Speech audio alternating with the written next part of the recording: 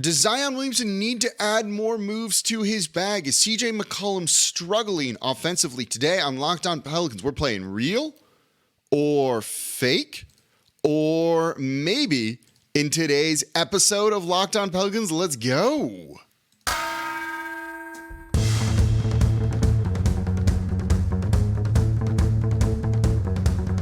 You are Locked On Pelicans, your daily New Orleans Pelicans podcast. Part of the Locked On Podcast Network, your team every day. Welcome to another edition of Locked On Pelicans, the daily podcast covering your favorite team, the New Orleans Pelicans in NBA, part of the Locked On Podcast Network, your team every day, available wherever you get your podcasts and available on YouTube. I'm your host, Pelicans Insider, credential member of the media, Jake Madison, at NOLA Jake on Twitter, here with y'all on this Thursday, and I'm stealing something. I'm stealing some from Locked On NBA on Wednesdays. On every Wednesday, our signature segment is Real or Fake with me and John Corrales. Third segment, we bring up a topic. Is it real? Is it fake? We get into it, usually around the biggest stories. But we're going to do that with the Pelicans here. We're going to play real or fake, or we don't necessarily know the answer to just yet. Maybe, question marks, whatever you want to call it. And all of these come from y'all. These were topics you brought up when I asked for your biggest Pelicans overreaction. So we're going to talk about Zion offensively, CJ offensively, spacing for New Orleans being a big problem for them in the postseason, the Lakers, including Russell Westbrook, a trade target that is certainly not going to be Russell Westbrook, defensive rebounding, and yes, the refs. So thank you all for the ideas. This will be a fun show. I need like a board to be able to run this better, but it is okay. And let's dive into it. If you're listening on YouTube, I will very clearly say whether it's real, fake, or maybe, since you can't see the fancy graphics, totally fancy graphics. Look at the production quality here on Locked On Pelicans. Okay, so let's start with Zion Williamson. Number one thing that came through was Zion Williamson needs to add more to his bag. He needs a mid-range shot. He needs to take more threes. He needs to not keep going left and just trying to get layups. In some universe, I understand this. It's predictable what he's going to do. He's going to try and go to his left because he's left-handed. It's his dominant hand. And he's going to try and score on a layup or a dunk or somewhere close to the rim like that. Here's the thing. Defenders know it. I know it. You know it. Defenders are actively trying to beat him to that spot and try and kind of take it away. So, yeah, diversify your game, right? Because it's effective. Defenders know what to do. They know how to defend you, except it's not.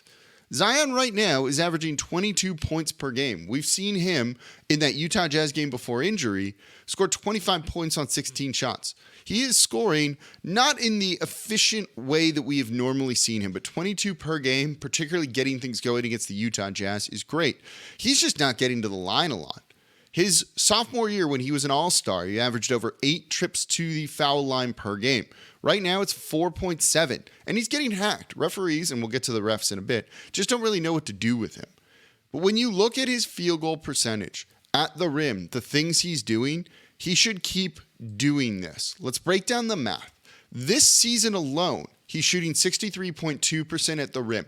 That comes to 1.26 points per play. It's simply 0.632 times 2. 2 pointers, and he's shooting 63.2% on them. 1.26 points per game.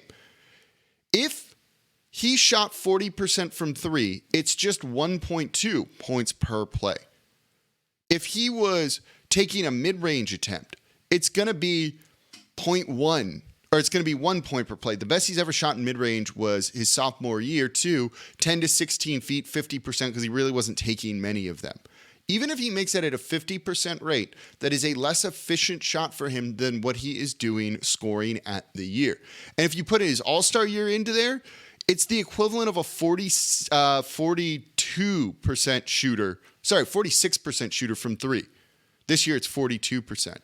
It's just simply not smart for him to do that. And I get people when they say, oh, well, it'll protect him against injuries, getting banged up and all that. Like, yeah, but you don't want him to be a worse version of himself. If he's trying to stay healthy and avoiding contact and not getting to the rim, you just want a different player then. You don't want what Zion is great at. You don't want what Zion doing, what makes him Zion, frankly. A lot of y'all are young, so let's take a quick history lesson here. Look up the player Antoine Walker. This was a tremendous big man for the Boston Celtics, multiple-time All-Star, eventually won an NBA title in 2006 with Miami Heat when he was kind of a shell of himself. 6'8", so around Zion size, big dude too, but at times a dominant force on the interior. And then he fell in love with the three-point shot. And by age 32, he was out of the league because he didn't want to get down low and try and score because he had bad and inefficient shot selection. He was not a good three-point shooter for his career. 32.5% from three, that's bad. On almost 5 attempts per game. He retired in 2008, so before the big three-point shooting boom we've seen. And so while at times he was a big man ahead of his time, he still wasn't good at it. And that's why the league didn't really have a place for him anymore. I don't want to see that happen to Zion. If what makes Zion great is getting to the rim, then keep getting to the rim. I've seen some clips and pictures of people saying he could shoot a mid-range at this point. There's one with him matched up on Kelly Olynyk. He'd have been blocked by Kelly Olynyk there. He's simply still effective. Is he as effective as he was his sophomore year? No. Will that come back when he gets his touch back after not playing basketball in a regular season for over 530 days? Yes. So when Zion needs to add more, no, he doesn't. He can keep doing exactly what he's doing and be fine. It took Giannis years before he added any of that. If he does add that, that's great, but I don't want him falling in love with the three or the mid-range. Keep doing what makes you a special player, and that's getting to the basket in a way that, even right now, they're not really capable of stopping him. So Zion Williamson needs to add more to his offensive bag? Absolutely fake, in my opinion. I don't think that is a thing that he needs to do at all. So let's move on. The Pelicans will have poor spacing and will be the reason why they get eliminated in the postseason. I like this question because when you look at the numbers, the three-point shooting is a little wonky. They're only taking 25.5 three-point attempts per game. That is dead last in the league. They're only making 10 three-pointers per game. That's 24th worst in the league, so bottom 5. Is this something that's a problem? I'm not ready to say that it is. I'm not ready to say that it's not. This one comes down to being a big maybe here. So a couple of things with this, right? They're a good three-point shooting team right now, particularly because of Trey Murphy. They're shooting 39.2%. That's 7th best in the league. Their three-point shooting numbers were going to be down this year with Zion back, given that he only shoots at the rim pretty much. And when he's taking up shot attempts, well, means your numbers are going to go down. So I don't know if this team's going to ever really truly be a high volume three-point shooting team, particularly with Brandon Ingram, who loves the mid-range out there too. So does CJ. Though CJ, you'd like to see the three-point shot, and he's going to lead off our next segment in real or fake here. So you look at it, and it's like, yeah, they need to be shooting way more. I'd like 1 or 2 more for Trey Murphy and getting him more involved, but that's starting to happen. So as long as they do that, this changes to false. Right now, it kind of depends on how they're going to be using Trey Murphy going forward. But the good news is he's right now averaging 4th most minutes per game at 30. That's about right for him. 4.8 three-point attempts per game, shooting that at a blistering 68.4%. Let's increase those three-point shooting numbers closer to 10. Let's get to 7 first, maybe before we have him take 5 more extra on top of what he's doing per game. But dude can shoot. Get him more shots. That's kind of the big thing. With Zion and being as efficient of a scorer at the rim, you don't need a ton more three-point shooting. You just need 1 or 2 dudes that really keep the defense honest, and they have that in Trey. So as long as they do the right kind of strategy with him and how to use him, I think this team's going to be just fine when it comes to that. So coming up next, is CJ McCollum struggling, and do they need to maybe bench him? And do the Pelicans actually have a chance at Victor Wembanyama through the Lakers? That's coming up here next in today's episode of Locked On Pelicans. Before we do that, though, today's episode of Locked On Pelicans is brought to you by PrizePicks. PrizePicks is daily fantasy made easy. You want to take LeBron James to have more than 7.5 rebounds, Kevin Durant to score more than 26.5 points, Steph Curry to make more than 3.5 threes. You can bet all of those over with the daily fantasy made easy PrizePicks. It's super simple. You pick 2 to 5 players, and if they go score more or less than their PrizePicks projection, you can win up to 10 times your money on any entry. And you're not competing against other people. You don't need to worry about people who do this for a living. It's just you versus the projections available. You see it and you pick more than that or less than that. And they offer projections on any sport you watch, including the NBA, but literally anything. The list here is like 20 different things. I don't need to read it all off. And what's also great is entries can be made in 60 seconds or less. It is that easy. They offer safe and fast withdrawals, and they're currently operational in over 30 states in Canada. So download the PrizePicks app or go to prizepicks.com to sign up today and play daily fantasy sports. First-time users can receive a 100% instant deposit match up to $100 with promo code Locked On. If you deposit $100, PrizePicks is going to give you $100. You deposit $50, they're going to give you $50, but you've got to use promo code Locked On at sign up for the instant deposit match up to $100. And thank you for making Locked On Pelicans your first listen today and every day. We're here Monday through Friday for y'all, breaking down the biggest stories around this team, whether it's the bench in the big win over the Dallas Mavericks, Zion still being good, or even playing some games here, like we're playing real or fake on today's show. Now for your second listen, check out Locked On Sports Today. This is just a recap of the biggest stories around all sports, not just the NBA, what happened in the NFL, in baseball's postseason. They're going to break it down with our Locked On experts with the biggest stories that you need to know. So go beyond the scoreboard, behind the scenes, with the local experts and insights only Locked On can provide. Locked On Sports Today, available on this app, YouTube, wherever you get your podcasts. And let me know in the comments down below, do you agree? Real or fake on any of the first two things that we have brought up? Zion needing to add to his bag, the poor spacing. Let's get into another one. CJ McCollum. His numbers have not looked great. And I've seen some people say the offense is really struggling with CJ kind of being the focal point out there. So, is this real, fake, or a maybe? And I get why people bring it up. You look at his scoring right now, and it's not efficient. 21 points per game, but he's taking 19 and a half shots to do it. He was 6 of 20 in the win over the Dallas Mavericks the other night. Right now from three, he's shooting just 28.6%. He's not getting to the line much, 2.3 times, and he's turning over the ball, 2.3, even though that's not a huge number there. So, is CJ McCollum struggling with this offense, and was it a bad move to give him the extension? I'm going to say it's false. We'll leave the graphic up here for a second. Here's some numbers. The Pelicans, when CJ McCollum is on the court, are winning their minutes. Individual plus minus on a per game basis is not the most useful stat without the right context around it. But in a larger sample size, it can kind of tell you something. And it's telling you something right now with CJ McCollum. The Pelicans are plus 38.2 when he is on the court.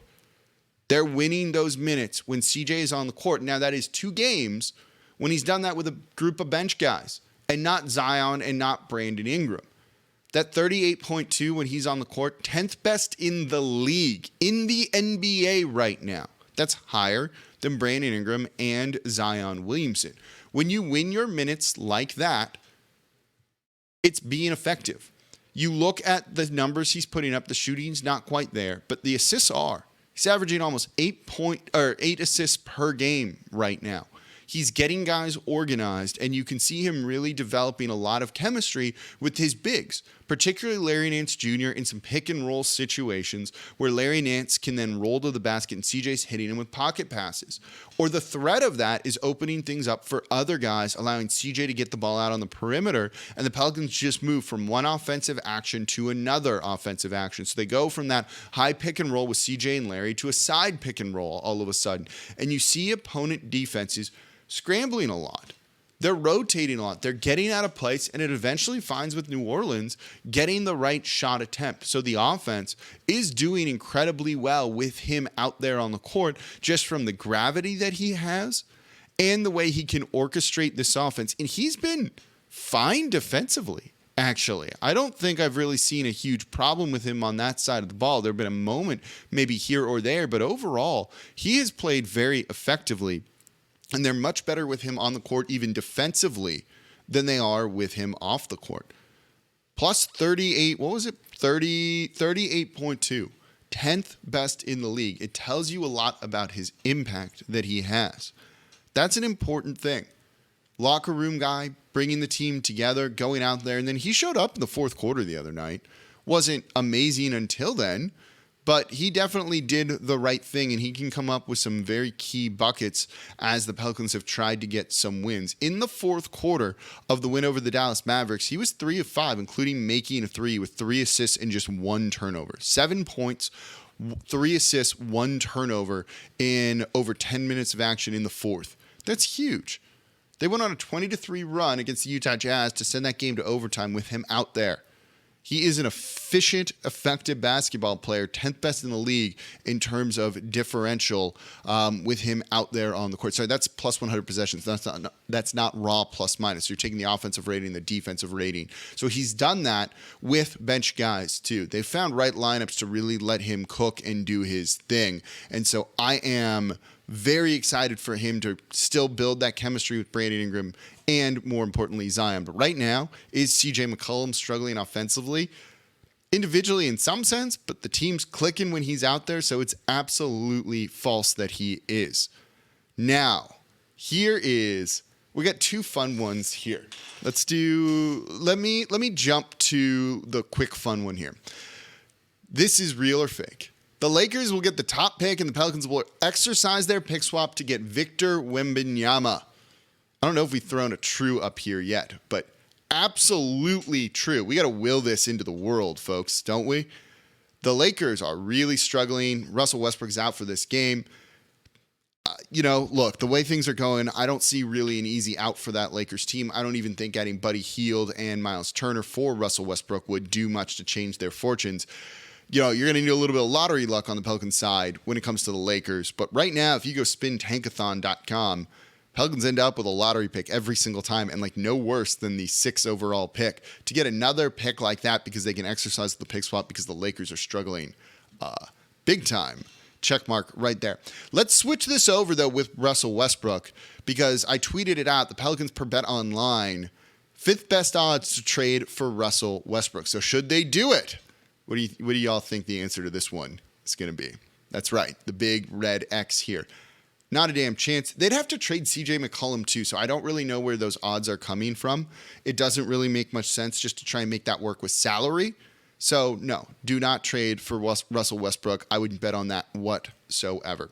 So coming up, a couple more things for you. Let's look to the trade deadline. What do they need the most? And could defensive rebounding be an issue for New Orleans? Because the numbers aren't pretty right now. Plus, do the referees suck? That's all coming up here next in today's episode of Locked On Pelicans. And thank you for making Locked On Pelicans your first listen today and every day. We're here Monday through Friday for y'all like no one else is, completely free, breaking down everything you want to know about the team. We're having a lot of fun. Subscribe wherever you get your podcast. Tell a friend about the show. Get them clued into how fun this Pelicans team is. And, of course, comment down below on YouTube. So do you agree on the real or fake, true or false, the maybes with all the ones that we've thrown out there? Let me know down below in the YouTube comments. And, of course, now for your second listen, Locked On Sports Today, the biggest stories of the day, plus instant reactions, big game recaps, and the take of the day, available on the Odyssey app, YouTube, and wherever you get your podcasts. So let's dive right back in. All of these came from y'all. When I asked for your biggest Pelicans overreaction, we turned it into a show. So thank you. And thank you for interacting with me on Twitter. So let's look ahead to the trade deadline. What is the biggest need for the Pelicans? This one here. The Pelicans need a true rim protector, and Nerlens Noel would be an ideal trade target. I think this is a big yes. I love Jonas Valanciunas. I think he is an underrated player and doesn't get a lot of the credit that he deserves. I truly mean that. I also like that they have Larry Nance Jr. as a big change of pace guy. When they need to switch more against mobile bigs, they bench Jonas and you put in Larry Nance. And it works perfectly. You've seen it against the Utah Jazz. You saw it against the Dallas Mavericks. And Jonas, by the way, is a very impactful player in winning his minutes when he's out there on the court. But he isn't a true rim protector. He is a rim deterrent, but he's not a true rim protector. I'd love a shot blocking big off the bench, and I think Nerlens Noel is the ideal trade target for New Orleans. He's not healthy right now, which probably makes him a perfect trade target for New Orleans. He's on the Detroit Pistons. I don't know what role he's going to play on a young, rebuilding, not particularly good team. Could he be had? Could he be gotten? Do you ship out Jackson Hayes if that's the case? A big that can come in, play on the perimeter and in drop coverage and block some shots and keep teams away from the basket. The Dallas Mavericks struggled shooting the three ball, particularly Luka, who was 2 of 13. But he still scored 37 points by getting to the basket at times and taking advantage of the Pelicans' big men who are not particularly equipped to deal with a guy like that.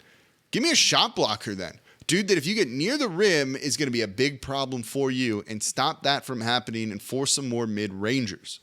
I don't know if they end up moving for him. You also have to factor in that they really do like Billy Hernangomez. Hernangomez is not great defensively, but is an amazing locker room dude. A great guy who's really cheap, and if you throw out there, he'll be able to get you 10, 11, 12 points and around 8 to 10 rebounds. That's a useful spot starter to have.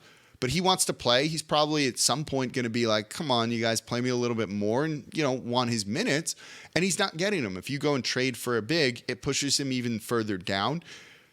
There's an implication and an impact from that, and I don't know if that's something that the Pelicans want to go with, but certainly I do think Nerlens Noel would be an ideal trade target for the Pelicans to really look at, because I do think they could use a guy like that. Another question that came up, and this one comes from the stats with the team this year that someone said, particularly when you saw what the Utah Jazz were able to do, and even the Dallas Mavericks were able to do on the offensive glass. We know offensive rebounding is going to be good for New Orleans, but defensive rebounding is going to be the thing that really holds them back from being a solid contender or a solid playoff team. Right now, they're 19th in defensive rebounds per game. And when you look at their defensive rebound percentage, because raw defensive rebounds, how many they're getting per game, doesn't take into account pace, which is what you need to make sure you're factoring in when looking at this. If teams are playing fast, taking tons of shots, there's going to be more opportunities for defensive rebounds. If teams are playing slow, they're taking fewer shots in a game, you're going to have a chance for fewer defensive rebounds. So you look at rebounding percentage, which is simply the percentage of available defensive rebounds a team grabbed that's out there. And right now the Pelicans are 19th in the league at 74%. So they're allowing opponents to get 26% of all misses as offensive rebounds. It's not a bad number. It's certainly not good, but I don't truly think this is going to be a big problem. I think as Jonas in these past 2 games hasn't been as playable down the stretch, they're going to be hurting in this area. He's a rebounding monster. So to me, this is a maybe. I think it might just depend on the game. They struggled with defensive rebounding these past 2, but frankly, they had a chance to win both. They could easily be 2-0 in there. So is it truly that big of a deal? Larry Nance Jr., not as good of a rebounder as JV is. Zion certainly is not an elite defensive rebounder. He's an elite offensive rebounder. There might be a game where the opponent bigs eat him alive on the offensive glass, and it hurts. But I do think with Valanciunas out there and even Trey Murphy out there, they can be a good enough defensive rebounding team. It hasn't really been a problem yet. Through 4 games, these numbers could even out, and this number could skyrocket based on one performance. So some of the stats that we're looking at right now, a lot of noise, small sample size that you don't want to read too much into some of them. So I'm not sure yet that defensive rebounding is going to be an issue for New Orleans. I think they're still going to be really good in that area, but there's a bit of an open question with it. And then we're going to end on this one. And I think you're all going to agree with me. I don't think there's going to be any debate about this final one. When I ask for biggest Pelicans overreactions, playing real or fake, true or false, however you want to phrase it today, yes or no, I guess is a way we could do it. The NBA's refs suck. What do y'all think this one's going to be here? I can make this bigger. This is how big it should be if you're watching on YouTube for the NBA has a referee problem. We had a promo like a year ago for Locked On that we ran, and you can hear me in there being like, the NBA has a referee problem or a referee issue. I forget what it was on like a promo we did to attract new sponsors. And it's like, okay, I guess I sound a little hot takey there, but after watching the first 4 games and how infrequently at times New Orleans is getting to the line or Zion is getting to the line, it seems to be a bit of a problem. They rank highly in all the categories, so it's probably not actually an issue, but no, screw the refs. They need to call games better. They're not doing a good enough job. Get Zion to the line like 8-9 times per game where he should be, and don't let him get hurt. Protect the player. So yes, the NBA's referees do suck.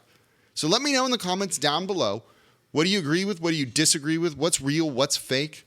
I'll take some time responding to everyone. And that's going to do it for this episode of Locked On Pelicans. As always, I'm your host, Jake Madison, at NOLA Jake on Twitter. Final show tomorrow will get you set for the weekend.